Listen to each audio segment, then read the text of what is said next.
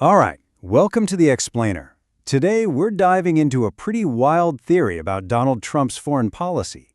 What if his goal wasn't just about challenging specific countries, but about taking down the entire global financial system as we know it? Okay, so this quote right here, it really sets the stage. The source material we're looking at argues that to understand what's going on, you have to look past individual countries and see the real target, the entire global regime. So, what is this global regime they're talking about?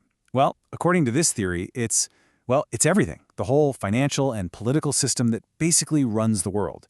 And the plan isn't just to tweak it, but to completely overthrow it. Now, to really get what this plan is supposed to be, you've got to understand the battlefield. The source says the world is caught in this massive tug of war between two huge competing global powers. So check this out. On one side, you've got what the theory calls the Axis powers. Think state-run, authoritarian countries like China, Russia, and Iran. And on the other side, you've got the WEF/Great Reset, this system of global corporate control run by oligarchs, giant banks, and international institutions. Now here's the interesting part. The source says that even though they look like enemies, they're really two sides of the same coin. Both systems are about top-down control that just chews away at the power of individual nations. But what if there's another way? A third option. The argument here is that Trump's whole plan wasn't about picking a side, but about forging a totally new path that challenges both of them. And that is where America first comes into the picture. The theory frames it as way more than just a political slogan. It's basically a declaration of war against both those authoritarian states and the global corporate elite. So how do you even begin to take down a system this big? Well, the source uses a really interesting and maybe kind of surprising analogy: a drug cartel. The argument is that the global elite operate just like a massive criminal organization. Pay close attention here, because this is really the core of the argument.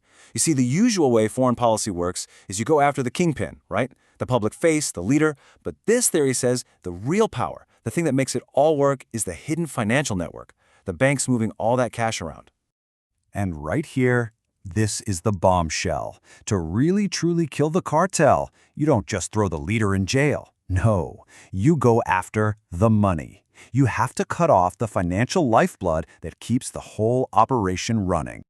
Okay, so a hidden financial war. Sounds pretty out there, right? But is there any actual evidence for it? The source says yes, absolutely, if you know how to connect what it calls the crazy dots. So what this theory does is it takes all these different events, quotes, financial scandals, things that on the surface look totally random, and it tries to weave them together to show this hidden pattern, this coordinated attack on the global financial system. It all kind of kicks off with this quote from Marco Rubio. Now everyone heard the word cartels and thought, okay, drugs. But the source says, hold on, look at the other word he used, oligarchs. That's the real key, the super rich elite who are pulling the strings behind the curtain. Now get a load of this number, $13 billion. That's how much money Jeffrey Epstein supposedly moved around through his bank. The source points to this as Exhibit A for just how corrupt and complicit the whole financial system really is. So here's how it breaks down. Epstein's accounts apparently triggered over 70 yellow tickets. Now, a yellow ticket is basically a big flashing red light for a bank, an automatic flag for suspicious activity. But here's the kicker. According to the source, the bank did nothing. The Treasury did nothing.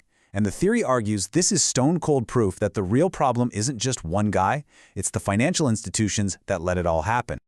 All right, the next dot in this theory is a guy named Mark Carney. Now this is interesting.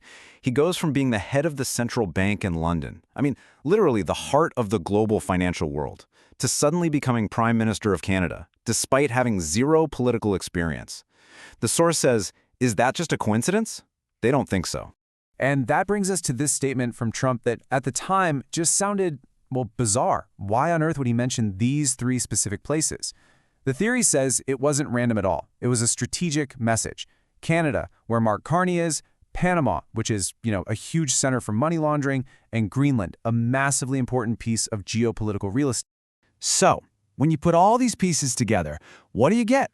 The theory presents this incredible picture of a secret war being waged against the entire global financial regime. But what do you think? Is it a brilliant, hidden strategy that nobody saw? Or is it just, connecting a bunch of unrelated dots? The source lays out its case, but it really leaves us all with a much bigger question. If any of this is true, what does that mean for the world? And for us,